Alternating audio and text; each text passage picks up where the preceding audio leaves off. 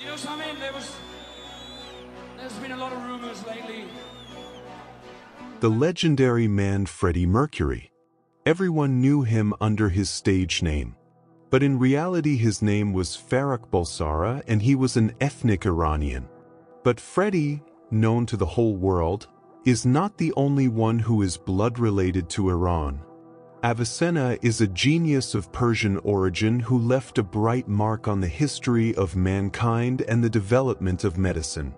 He became the first doctor to define such diseases as jaundice, plague, cholera.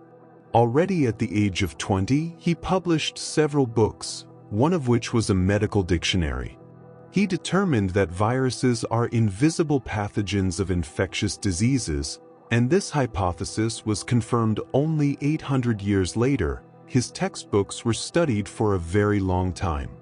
He also made a huge contribution to the development of psychology. No less famous of his followers was the beloved philosopher and poet whose sayings are heard everywhere even today, Omar Khayyam. Well, what interesting things are hidden in Iran these days?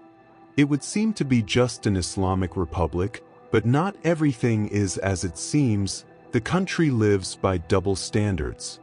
It is strange, but true, because Iran is a country in which same-sex relations are a criminal offense and can entail punishment up to the death penalty, but this does not prevent Iran from occupying second place in the world in the number of sex change operations.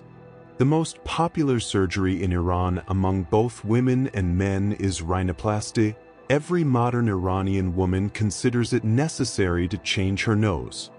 Those who cannot afford the surgery save money for a long time, take loans, and some even stick a plaster on their nose, creating the appearance of an intervention.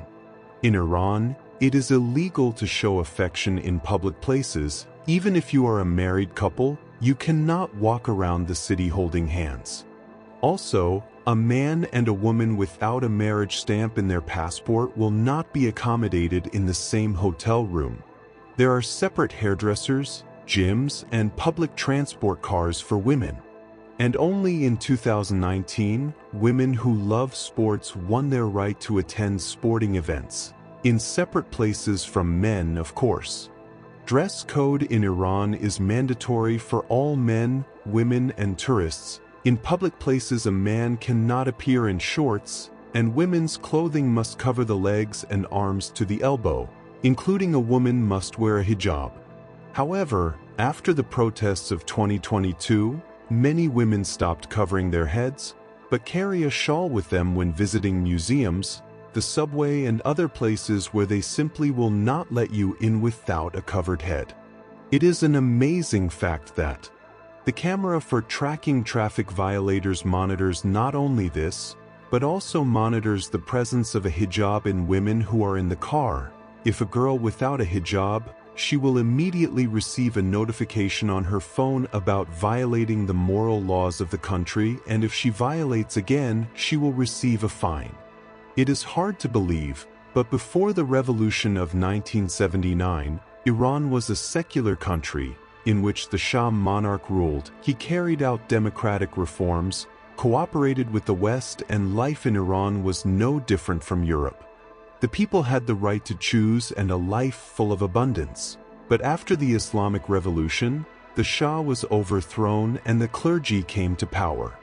In a few months, a prosperous country turned into a closed Islamic state, where the main law became Sharia. This regime operates in Iran to this day, despite the attempts of a large part of the population to overthrow the government and regain their freedom.